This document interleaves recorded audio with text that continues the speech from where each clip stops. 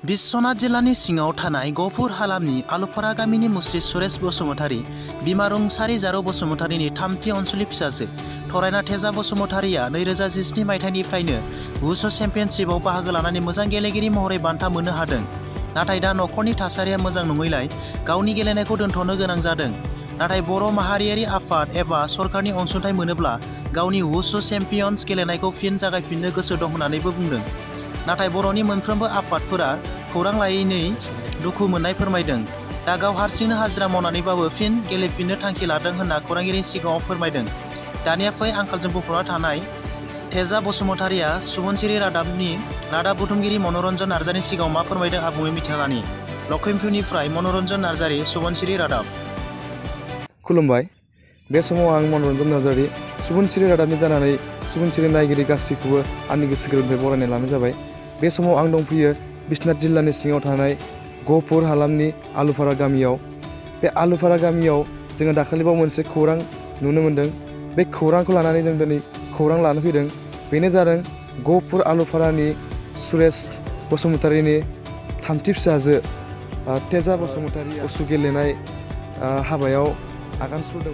बिथाङा दिनैसिम 3 बोसोरनि बारा आगान होबोबाय। दा बिथाङा खौरांनि मथेबा जों मिथिनायबा बिथाङा दासान्दि गेलेनो हाथ'वाखै। बिथांनि एसे गोनांथिनि आंखालनि थाखाय बिथाङा बै समावबो सानफा मोनफा हाजिरा मावनासो बिथाङा वुशु गेलेनाय हाबायाव आगान सुरदोंमोन। दासान्दि बिथाङा हाजिरा मावनो हायैनि बेलायाव एबा रां रुफानि आंखालनि बेलायाव बिथाङा वुशु गेलेनाय हाबाफारिखौ दासान्दि दोनथ'नाय जादों। बेनिखायनो बिथाङा जोंनि बर' माहारिनि दैदेनगिरिफोरनिफ्राय आरो बर' हारिनि मोनफ्रोमबो गौथुमनिफ्राय मदद नागिरदों, अनसुंथाइ नागिरदों। मानो होनबा जोंहा थेजा बसुमतारी बिनानावा जोंनि माहारियारि आफादफोरनिफ्राय मोनसे अनसुंथाइ मदद मोनोब्ला बिथांनि गेलेनाया आरो जौगागोन होननानै मिजिं थिहरदों। बेनिखायनो जोङो रादाब बिजोंनि जानानै जोङो रादाबगिरि जानानै जोंनि मोनफ्रोमबो बर' माहारिनि गौथुमखौ आरो लोगोसे जोंनि बर' हारिनि दैदेनगिरिफोरखौ आरो बिटिआर सरकारनिसिम आरो लोगोसे जोंनि बर' अट'नमास काउन्सिलनिफ्राय जोङो मोनसे मदद नागिरनानै बिथांनि जानानै जोङो आर'ज गाबो। बिनानावखौ जों मोनफ्रोमबो चेनेल जानानै बरायबाय। दाखालिबाव नोंनि मोनसे जोङो खौरां फोसावनाय नुनो मोन्दों रिलाइभ निउस 24आव। बेनि थाखायनो दिनै बिनानावखौ जों खौरां लानो फैदों। नोंथाङा गोबां जायगायाव वुशु गेलेनानै फैबाय। बे वुशु गेलेनायाव नोंथाङा बे बोसोरसेयाव गेलेनो हायैनि थाखाय थाद'नाय जादों। मानि थाखाय नोङो गेलेनो हायाखै दासान्दि? आङो थाखा फैसानि थाखाय प्रब्लेम जानायाव गेलेनाय जायासै।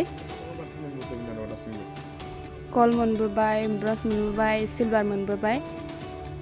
आरो नोंखौ सोरबाफोर सहाय होयोना बे गेलेनायनि बेलायाव? गैया, रावबो सहाय होया। गामिनि बर' माहारिनि जेरै जोंनि फरायसा आफाद दङ आरो फरायसा आफादजोंनो गोबां जोंनि आइजो अनसाय आफाद दङ। बेफोरबायदि बर' माहारिनि आफादफ्रा नोंखौ बिदि गेलेनाय नुनानै माबाफोर खौरां लाफैदोंमोन? लाफेराखै। नों मा खावलायगोन जोंनि बर' माहारिनि आफादफोरखौ? फैबा मोजां मोनगौमोन। मा जायगायाव गेलेहैदोंमोन होनदोंमोन? अदालगुरि, क'क्राझार, बिश्वनाथ सारियालि, राङापारा,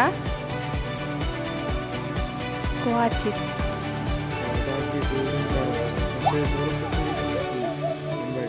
बर' काउन्सिलनि दैदेनगिरिफोरखौ नोंनि गेलेनायनि बेलायाव मोनसे सहाय जानो थाखाय नों मा खावलायनो सानो?